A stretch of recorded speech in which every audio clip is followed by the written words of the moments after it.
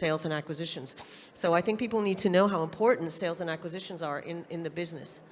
I was talking to Amelia today, and comics are here to stay. I mean, they're big. 10 years ago, when I tried to sell comics, it was nearly impossible. Everyone was laughing at me, and now they're here to stay. So if you don't have a comic or a graphic novel in your catalog, you're going to lose readers. So get with it. So how do you get with it the fastest? Acquisition. So I have here with me some amazing colleagues. I'm going to start with the ladies. So Véronique Ma, who works with Astérix, so Albert René, which is part of Hachette, and a new, semi-new imprint, Robinson, as they say in French, okay? And Amelia Mack, who is also from a startup called Hippo Park, which is part of the Astor Group. She's the art director of marketing, sorry. Wiebe Mokken, I didn't suicide that too much, okay? From Scratch Comics, they're from the Netherlands. So here we have America, then we have France, we have the Netherlands. And they also have a startup, and they also did a lot of acquisitions, and they have an amazing acquisitions catalog, by the way, very impressive. And then my dear friend, Frederica Zagas, from Becco Giallo. Did I do okay? The CEO. And they also do some incredible acquisitions. And so I'm going to actually start with Frederica, and telling us about his acquisition strategy, why he does it, and how he does it, and there you go. First of all, sorry for my bad English. I will keep away my mask so I can fill the blanks with my smiling.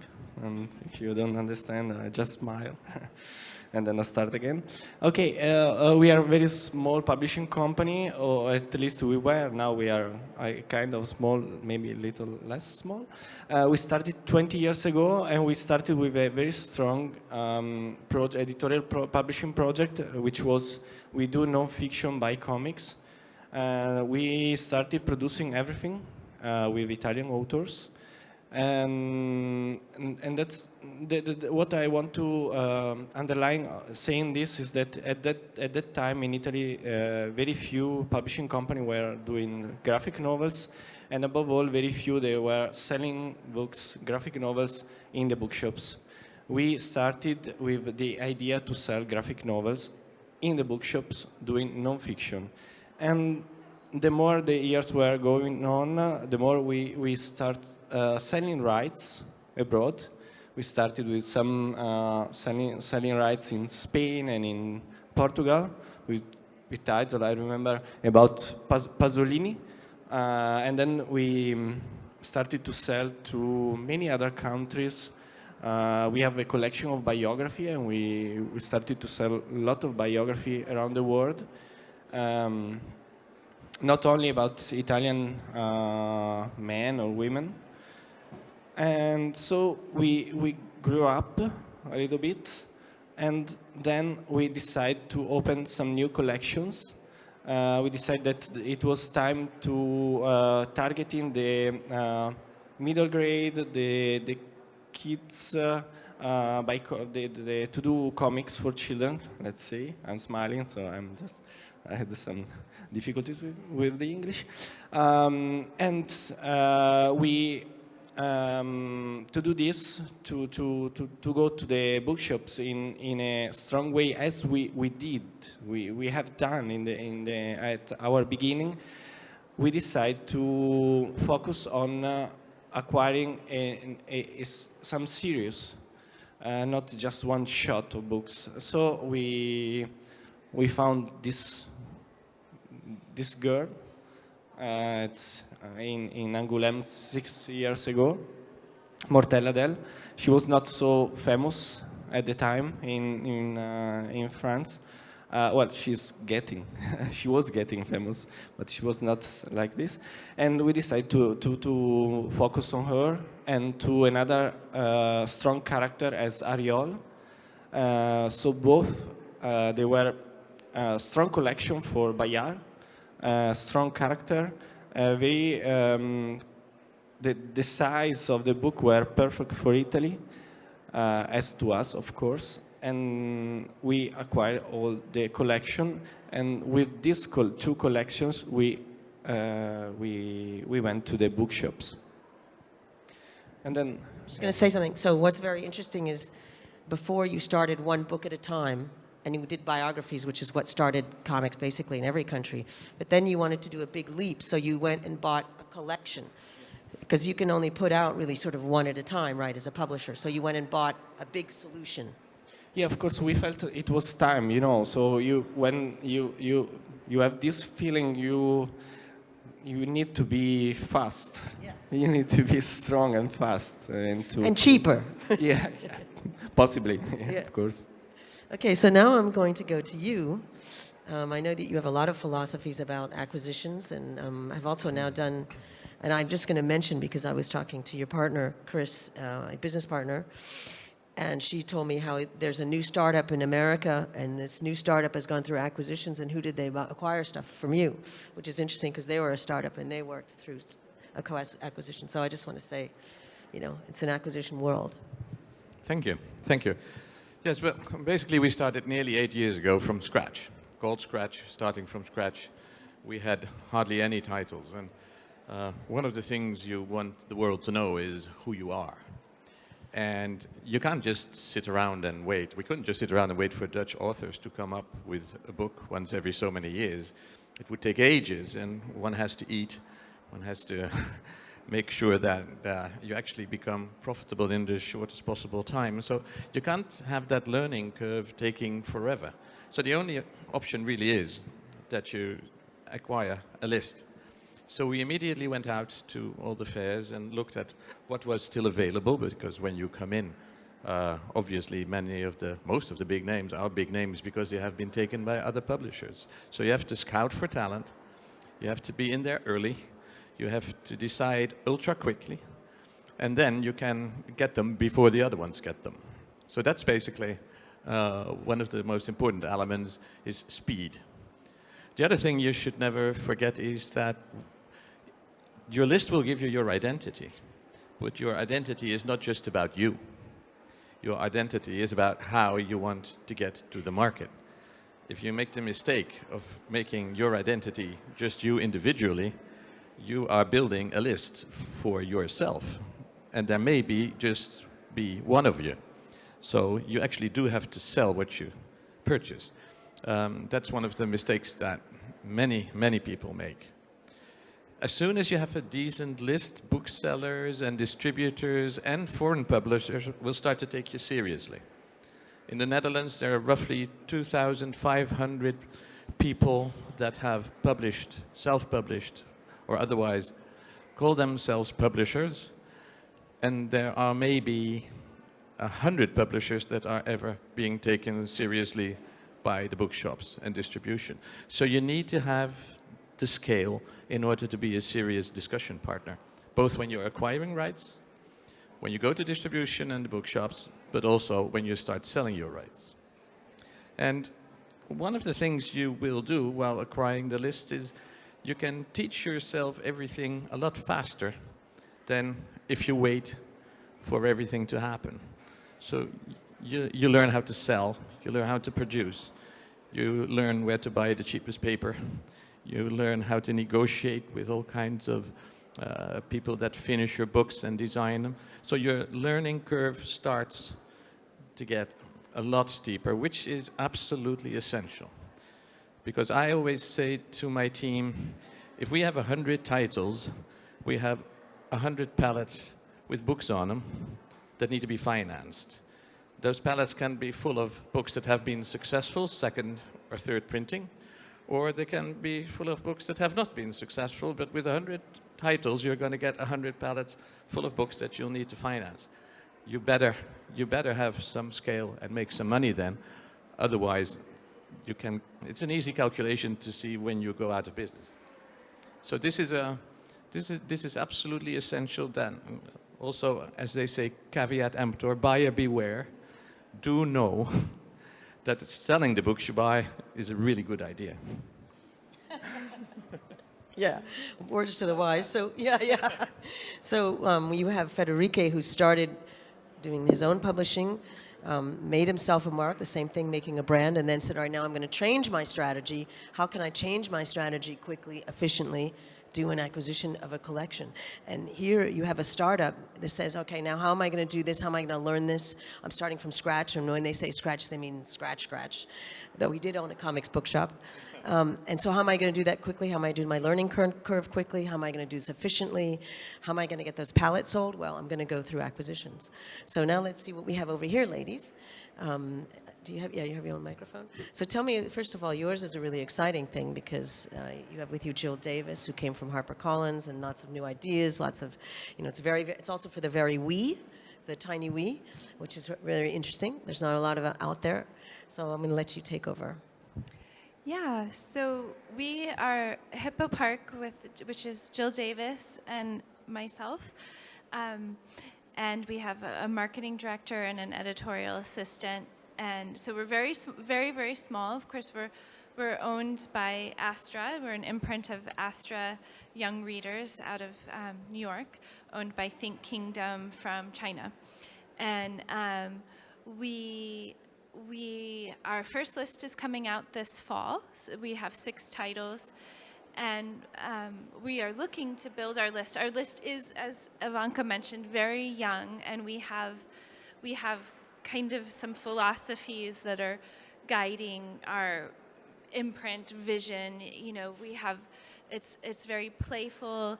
It's not super educational, although we might have big feelings books, but it's really focused on play and meeting children where they're at. And one of our mottos is connecting children with the silly, often befuddling world in which they live.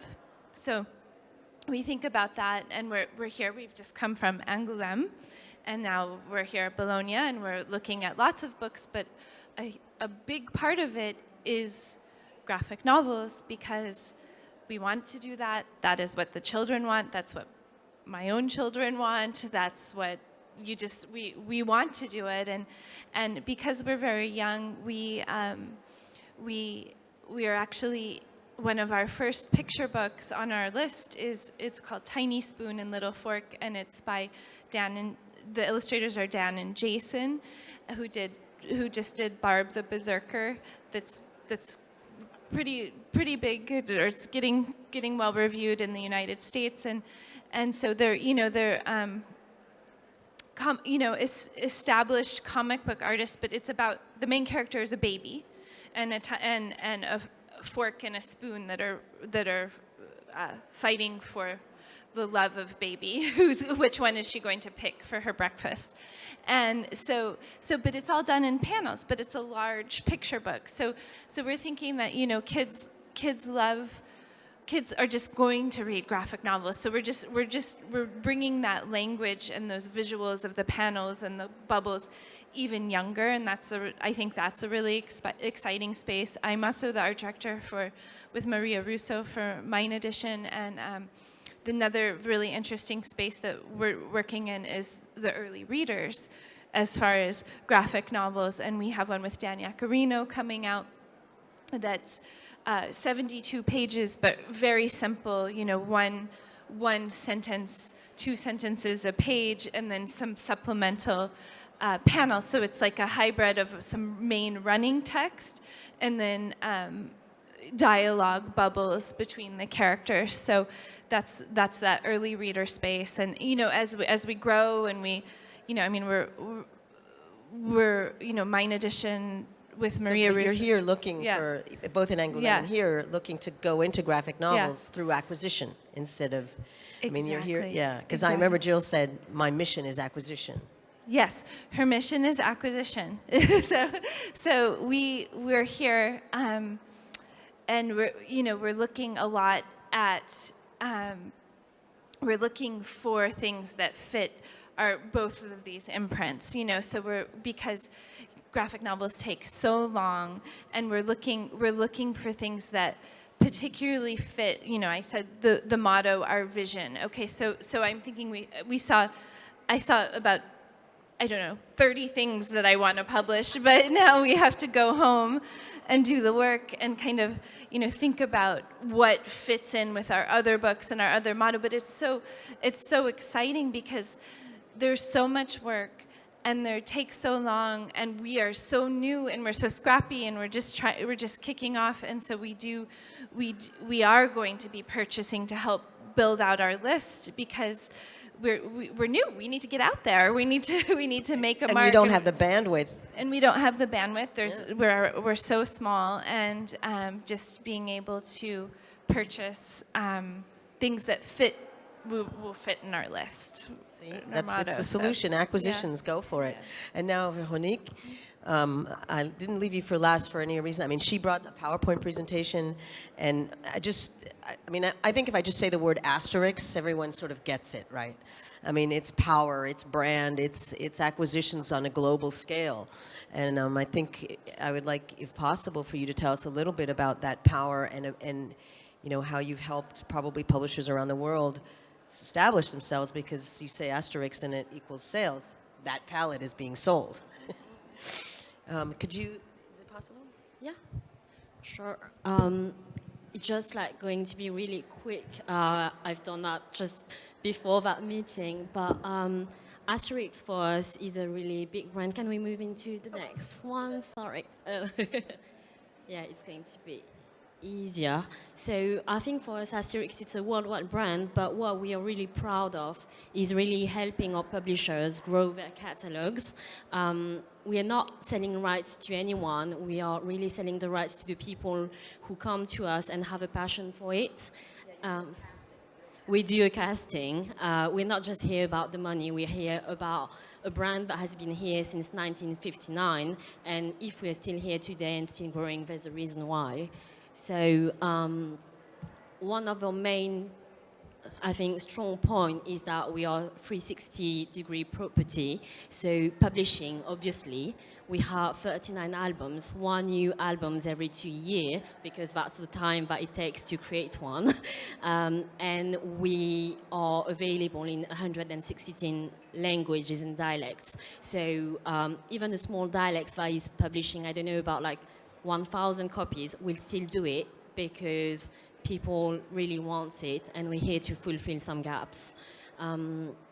We had a vision, and the creators had a vision, so they started really early to get involved in live-action movie, in animated movies, and it allowed us to reach like millions of viewers, and we're still going strong because we're going to have a new movie next year.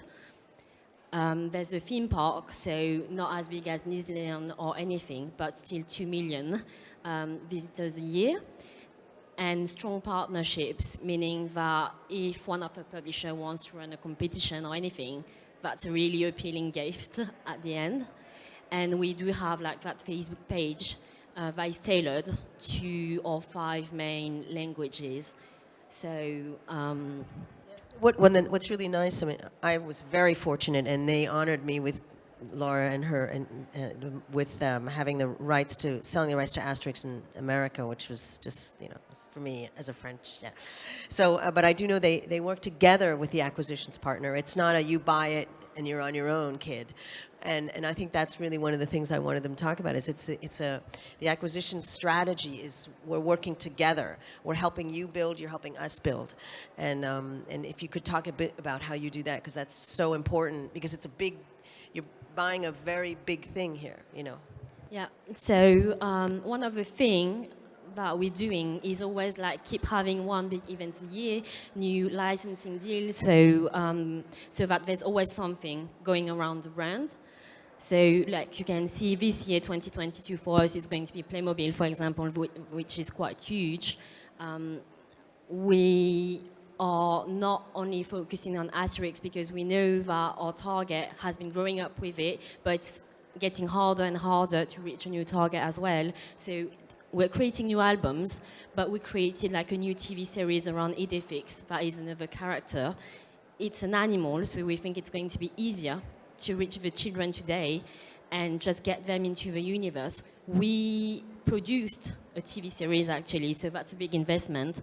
And at the same time, we created the comic books. to go with it. So if people think that Asterix is not known enough to enter the market, they can go the other way through the small door and with Idefix. And what we're doing as well is that we are supporting a publisher. We have like regular meetings several times a year, actually, and we're sending newsletter with all the things that we're developing for the French market. That is our biggest one, with like 2 million albums sold for every new novelty. So when we develop POS, when we develop exhibition kits, when we have like movie trailers or anything, we just supply it. We supply the open files, we have access to a style guide. If they want to try new things, we are completely open for it and we'll do our best to help them. If they want to change the format, if it fits in our quality chart, then we'll just allow it. Our aim is not to publish Asterix as it is in France. It's just to make sure that it will be adapted to the local market in terms of format, of price, and everything. So we're here to help. We are controlling, but you still have your own things to say and to do. Yeah, so we have on this panel, you did notice, we have little tiny wee hippo who just started, and we have all the way up to Asterix, which, I mean, I don't think you get, what was it, 380 something million copies sold. It gets as big, so, and in also both companies, the big one and the small one, work in partnership when you do an acquisition.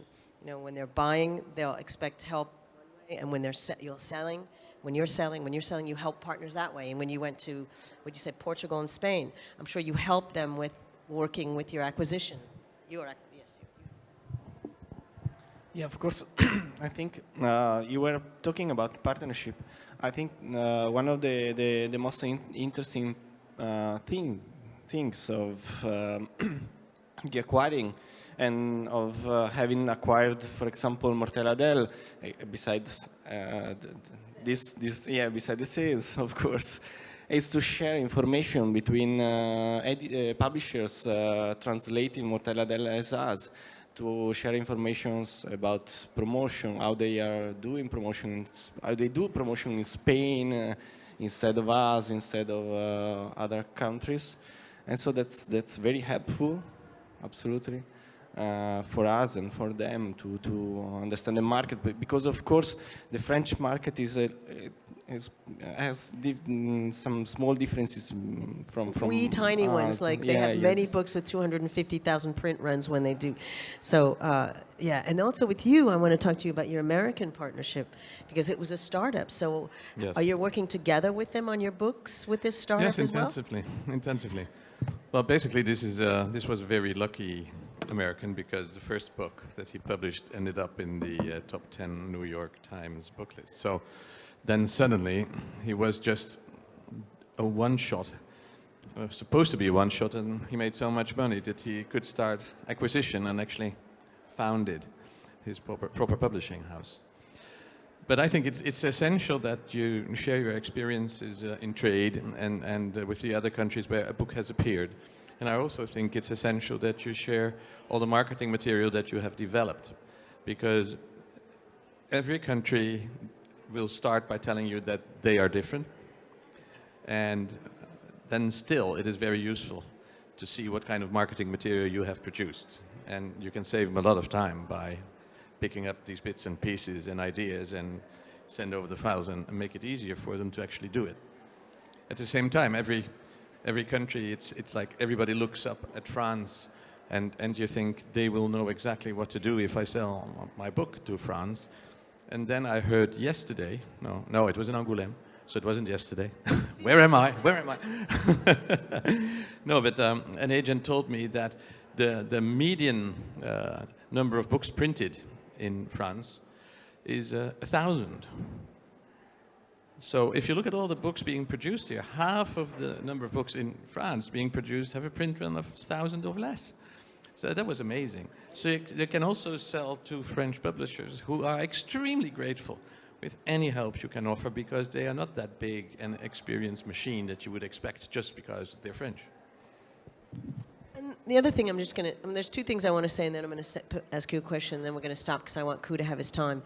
The first thing I want to say is that there's a fifth panelist who's not here, and one of the reasons I started this panel was when we went to the Ragazzi Prizes in Bologna. We were talking to the Ukrainian book fair, and they were telling me that in the Ukraine they didn't really have much of a graphic novel market, and the young kids from the country started a blog saying, please print this comic in the Ukraine, please translate it into Ukrainian. And they were sort of begging their publishers, and one publisher got wise and did it, and oh my God, it sold, and all I had to do was translate it. And then another one, and then another one, and that's how the market got built up. And I'm really sorry, you know, we should have had another chair here. Because I wanted them to tell that story, and they're not here for all the wrong reasons, and please let's not forget, it really gets me very upset. Yeah, so go and have your picture standing with them on the stand. And I forgot what the other thing was, so I'm now just going to ask my question to you, which I found very interesting. I worked for Bayard Group for a while, and they have this comic book for the tiny wee, and it's what you were saying, there's like one bubble and there's text underneath, and so you're kind of going to invent a format, I think. I mean, you may find some in your acquisitions, but you may also end up finding that you're going to be probably selling whether you're buying, because I'm not saying it's not out there, but it's less out there than what we're all facing here. Yeah, that's true, and I mean, I think that's another really interesting space to work in. And then we were also talking about that, you know, this isn't so much what the companies that I work for are focused on, but I think there's really a lot of potential for older teens, not, you know, like specific teen, but older, because so the kids that have started with graphic novels are, as you know, as children, are going into becoming teenagers, you know, and so that's the visual language that they're used to. I think that's you know, there's so much potential to do so much. I mean, there's a lot there, but even more. So, if I were a publisher that did older teen, I would be very excited about looking in that space. But yeah, no, I think I mean some of the things that I've been looking at in the two fairs this past couple weeks has been what can go very young, what maybe could even be adapted to have that kind of approach that we were talking about, the early reader or a picture book, or scaled up or scaled down, you know, thinking of all the ways it might go. So anyway, I just want to thank you, and I'm sorry I forgot that other thing, and it probably wasn't very important, but I want to thank these wonderful 4 panelists who come from 4 different types, 4 different countries, 4 different sizes, and please, if you have any questions to them or questions about acquisitions, get rid of the question about acquisitions, because just do it. And if you're thinking of not going into comics, you're going to be left behind.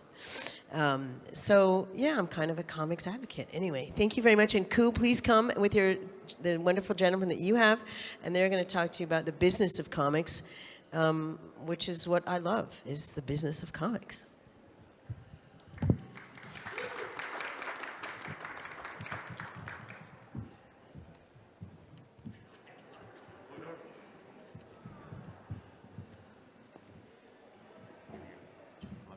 Recording stopped.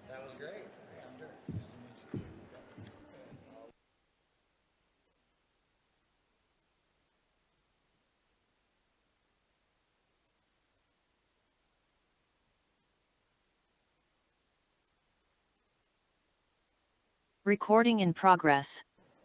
That the reason they're not up here was because it's my fault, and so I was the one who was disorganized. I just want to let you know that. Completely untrue. Thank you, Ivanka. Very hard act to follow for the Ivanka Wonder panelists, and thank you for staying and not leaving. We're gonna go fast, you know. And what we're gonna talk about is the business of selling comics and manga globally, and we're gonna focus on the future, not where we've been, not where we are now. On this panelist, we have someone representing retail and distribution, we have someone representing publishing, and we have someone representing agenting. So it's the perfect group. We're going to go right into the questions. I'm moving fast. So Dirk, I'm going to start with you first. And before you answer the question, just tell people very quickly who you are. Is this on? We can hear me. Thank you, Q. I'm Dirk Wood. I work for Image Comics. We're the largest independent publisher of comics in the States. I've been around for 25 years. I mean, I don't look like it, but I have.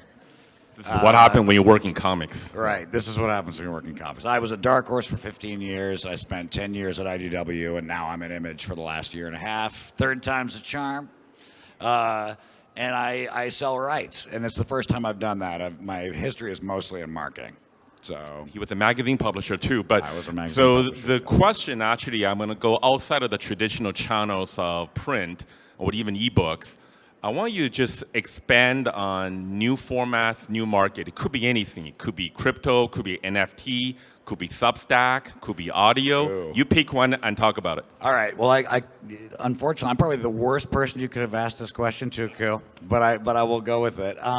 Just because on a personal level, I'm a Luddite. I like books. I like print books. I like vinyl records. On a personal level. However, we're not going to be in that business, exclusively forever. All of these things are important, and everybody has different things to say. I think Substack has been a particularly interesting experiment lately in comics. I don't know if anyone's been paying attention to that, but Can you tell people quickly what Substack is? Substack is, as I understand it, is essentially it's a newsletter that you subscribe to. And my own personal take is that I think a lot of creators got, and this is purely my own personal take, they got tired of giving away their thoughts and content for free in social media. I really think that's what they're like, why am I tweeting all this stuff when you could pay me $7 a week and I'll send it to your inbox, which makes some sense. But Substack seemed to be really aggressive about all at once into getting comic creators to come. And I think the jury is still out on how well that's done for them. And I think it's going to be an interesting experiment moving forward because, all of that stuff is going to end up in print. And so, and I think hopefully quite a bit of it may end up with us. But they're world-class creators doing this stuff in a new format. And of course, you can't blame them for it because they're getting paid handsomely, I think, to do it. And then I think it's going to be interesting. Does that exceed or succeed on its own merits, or does it take the print element to bump it up to where it's really something everyone's paying attention to? My own personal, is print books, but yeah, I mean, I think it's the reality. NFTs, things like that. It's. NFTs to me, like I'm just someone that it's hard for me to grasp the idea of owning something digitally because of the way I grew up. But I think that here we are, Here we are. Thank you, Here we are. Thomas, go to you. Can you tell people briefly who you are? Why are you here? Yeah. I'm here because you forced me. I'm Tuomas Sorema. I'm a literary agent and VP of sales at Furley.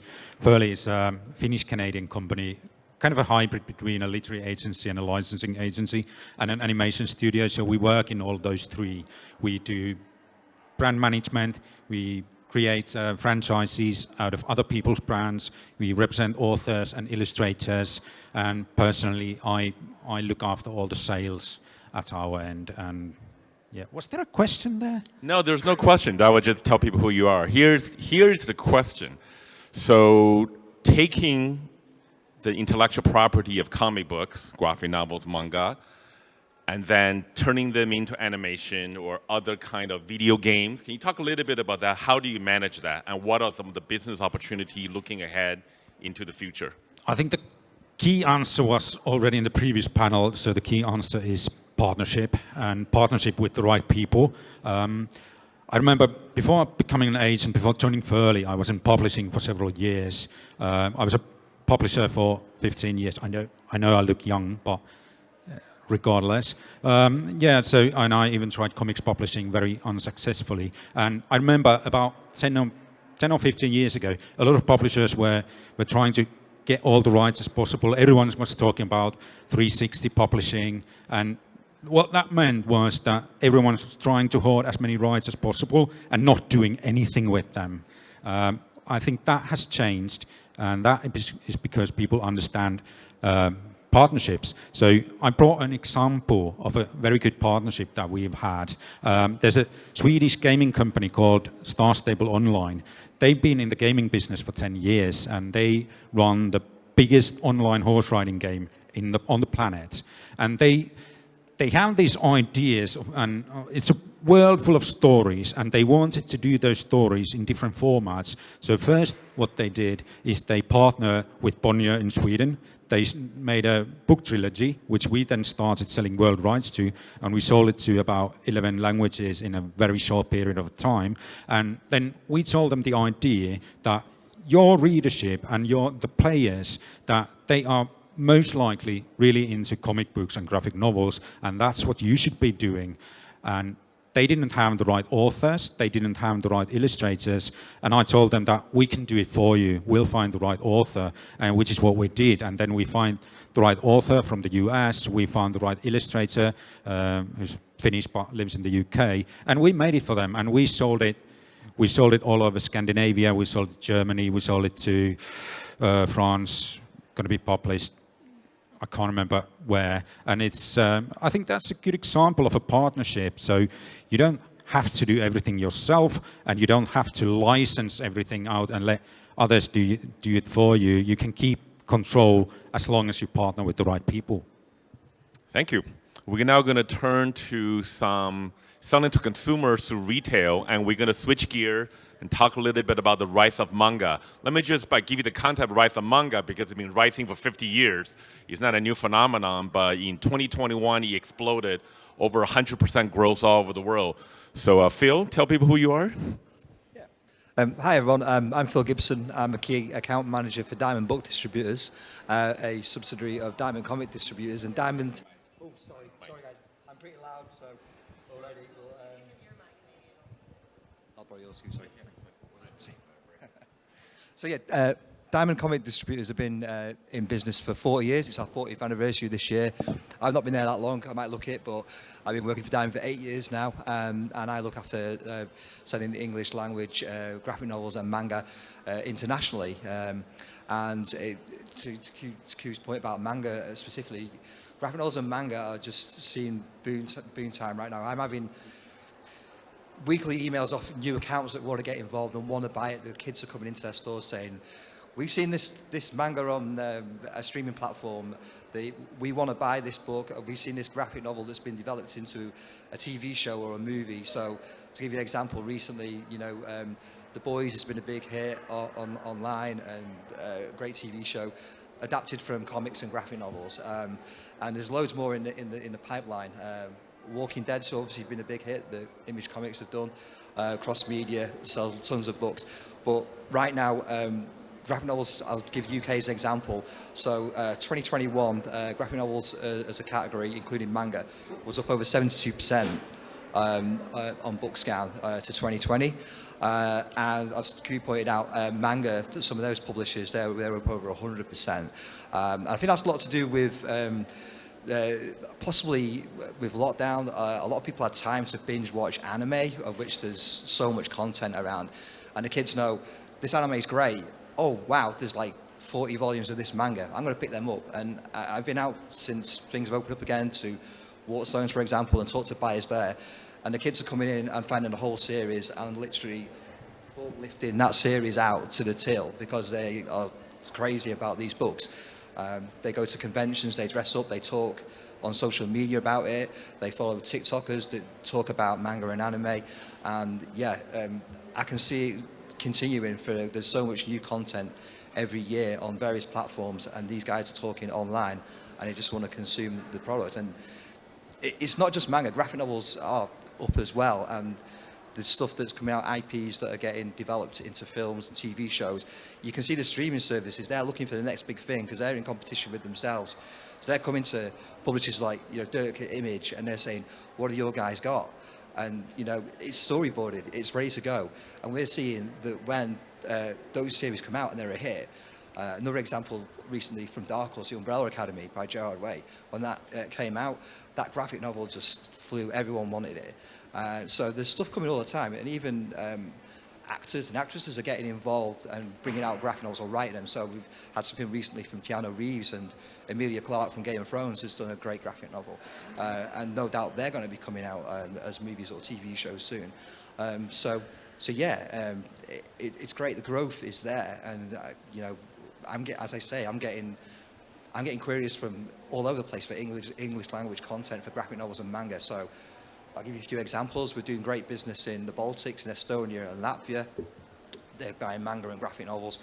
I'm selling English language into Germany on manga, and manga's already in German language, but I spoke to a fan at Frankfurt Book Fair. I said, you've got the same context in German, and they said, yeah, but we like the English better because we understand the jokes more, it's funnier, it's better, you know, it reads better. So yeah, we're selling English language manga into a lot of territories. Middle East is huge for manga, for action manga, shonen manga. It's just, it's really is boomtown. I've got a question for Ku. I have a question for Ku, and it's related to what you just said, Phil. So with the growth of manga just like exploding all over the world, it's not the first time we've seen this. It's different this time, right? But I think it speaks to kind of a more interesting point, which is that the last time I remember an explosion of manga, say what 2010, somewhere around there, I always felt it was really generated by specific buyers in bookstores. It was sort of the supplier was generating the demand, whereas I think now it is a grassroots, you know, and I think you need to be, it's the kind of thing where you need to be aware of it coming up from the people that want it as opposed to it being pushed down from the top, if that makes any sort of sense. Do you think that's true? Yes, I think that's true. I think, you know, on the first half before the intermission, Amelia Zach from Astra, you know, talked a lot about how the kids are asking for it, and Ivanka talked about what happened in Ukraine, how like there was not a comic, graphic novel, manga business, but the kids are asking for it. I think Dirk exactly right. What we're seeing, not just graphic novel, but particularly in the rise of manga, it's a demand-driven business. It is the kids are demanding these books to be published. So you cannot hold them back. And I'm just going to piggyback on that a little bit about sort of what, you know, because Dirk referenced Middle East, you know, Phil referenced Baltics. I'm going to turn to Tomad, and from your perspective as a literary agent on a global scale, what new countries or markets are you seeing becoming interested in some of these content? I get a lot of publishers around the world who haven't done any comics or graphic novels who are saying that we are looking into that. We've all seen that all the US publishers who didn't do any comics or graphic novels, they all have their young adult, middle grade comics list now. Germans are doing the same. I'm meeting a lot of German publishers who are now saying that, well, this is something that we've been thinking about, and now we were going to have an imprint in the next couple of years. And I think that will soon start spreading around Central Europe as well. I mean, there's always been an indie scene in all the European countries, but now it's becoming more mainstream, and like it was in the previous panel already said, that if you're not in comics and graphic novels, then you're late. Thank you. I want to talk for a few minutes about Webtoon. So to give you some context, for those of you not familiar, Webtoon is a format that was invented in Korea, I think around 2006. What it is vertical reading on your smartphone. So if any of you don't find that appealing, you're not following what is happening, right? You're not following two things. One, the rise of pop Korea as a pop culture powerhouse, right? From Squid Games to K-pop to K-drama to K-beauty, I can go on and on. And what you may or may not know is, you know, Korea invented this new platform of Webtoon, vertical scroll reading on mobile phones, and it's taking over the global by massive number. Hundreds of millions of kids are reading comics, manga, manhwa, which is the format from Korea, on these platforms. So that just gives you some context. I don't have a particular choice. Who among here want to talk about that? Like, where's that going? Dirk. Well, first of all, I learned something from you just then. I did not realize it was quite as big of a thing as it turns out to be. Boy, I mean, once again, we stumbled down the worst rabbit hole because it's just not the way I consume things. However, I do read my news that way, I suppose. I mean, I think that if that's the way that society is moving in terms of the way people digest and clearly that train has left the station, then obviously there's something to that. I was not, as a print publisher, I was never worried about digital in the same way some people were in terms of what it would do to retail and things until the iPad showed up. And I realized it could replicate the flipping of pages and the sort of thing that people appreciated about, and I thought, oh, this is a game changer. What I think I'm learning here is that this is a game changer in the same sort of way, particularly globally. Scrolling to read. It's just interesting. I wonder what that's going to do to affect the content itself, because the idea of comics being, there's so much about the reveal, not necessarily in strips, but in books of like, you flip the page and there's the splash page and the image, and it affects the pacing.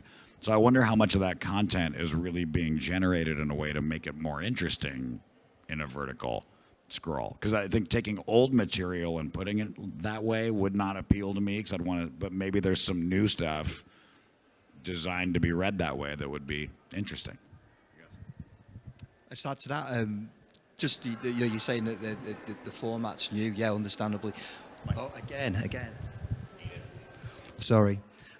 So just to say that one of the most popular webtoons has been developed into a Korean manhwa and gone into print, and even though it's been read on mobile phones on that platform, it's selling thousands. It's it's up there. It's in the top 10 for UK graphic novels this year, and that's been out there. It's been on the mobile phones, but the people that read it on it, they still want that thing on their bookshelf, and they're going to buy it, and it's nice. And they developed it direct from the screenshots, but they've got it sequentially right, and it fills the page nicely.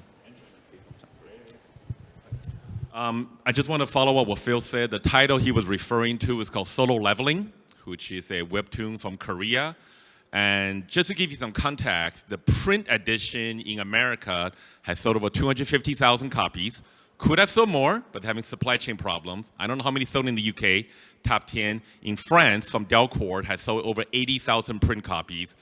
This is a comic book Korea that kids can read on their mobile phone for free, just to give you some context. So, Tomad, your thoughts on Webtoon? Yeah, I was going to say from an agency point of view that we are getting more and more like webcomics authors from all over the world who publish online on Webtoons, and they've had their readers and fans asking them that where can they buy these in print, and then to get a print publishing deal, they start looking for an agent, and that's why I hear about them. I mean, I'm like Dirk. I'm old school. I only read printed stuff. I don't read anything online yet.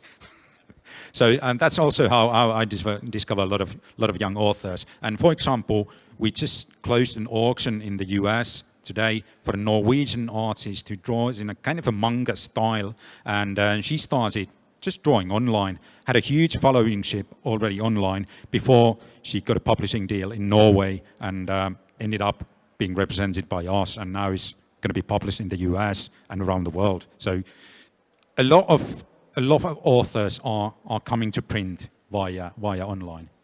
Thank you. We got about 5 minutes left, so I want to direct one last question to Dirk, and I see any last minute thing. We've been talking a lot about the demand-driven business is the future of comics and manga coming from the fans. One of the interesting things is the new business model of crowdfunding. Would you be willing to speak at that for 1 minute?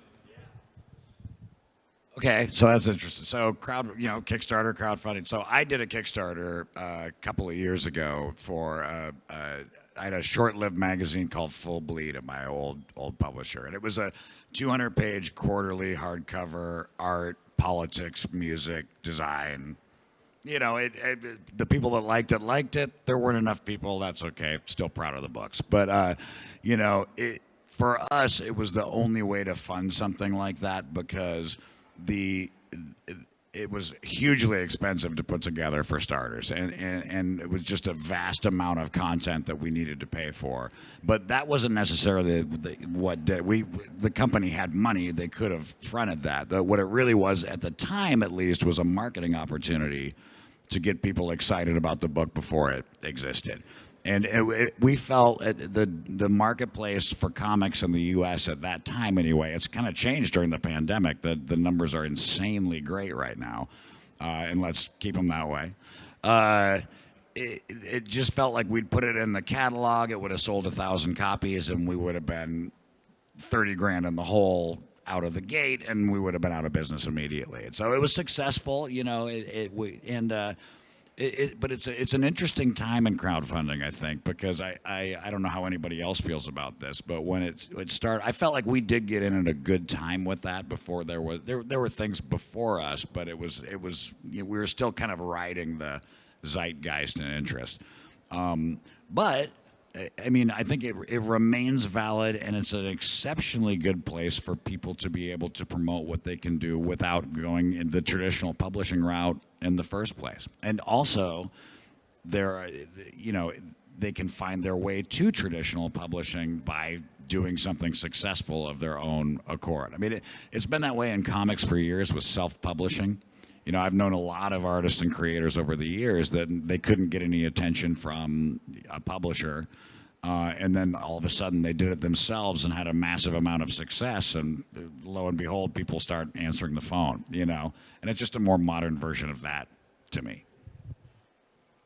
Thanks, Joe. We got 3 minutes. I'm going to ask each panelist one final question. Please answer in 1 minute.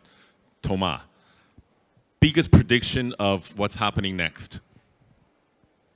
Biggest prediction is even more studios are going to be looking at comics and graphic novels for adaptations. It's something that we're seeing in Angoulême in the past few years. There's more and more producers coming. There's as soon as we announce a comic book sale, rights sale, we get requests from producers. So that's still going to grow. All the biggest movies are made out of comic books, and I don't see any end to that. I just totally agree with what you just said and what I touched upon earlier.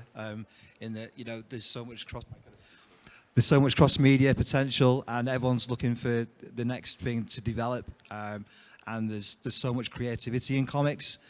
These people that are in it, they're so fantastic with their ideas and their world building that it can, you know, go into movies, video games, everything. So yeah, I think it's the only way is up.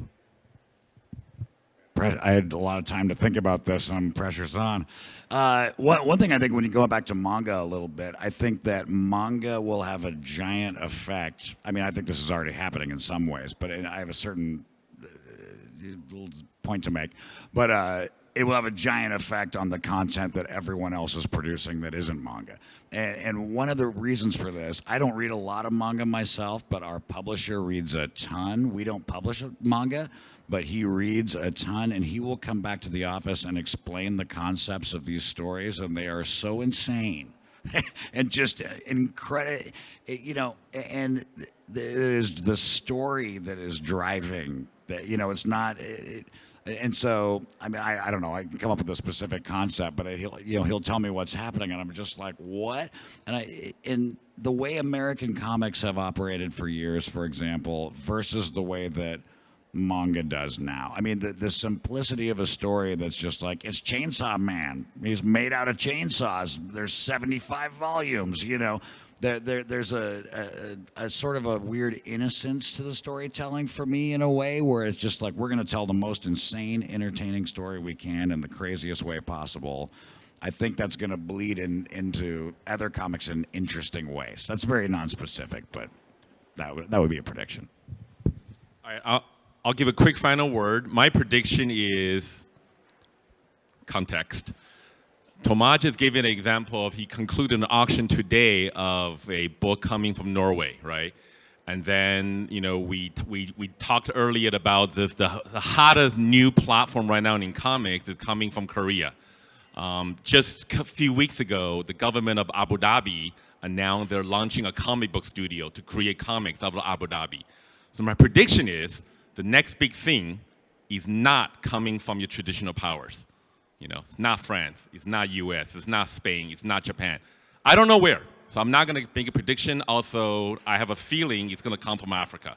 Could be Nigeria, could be Mozambique, you know, could be Kenya, but we shall see. So I want to thank all my panelists.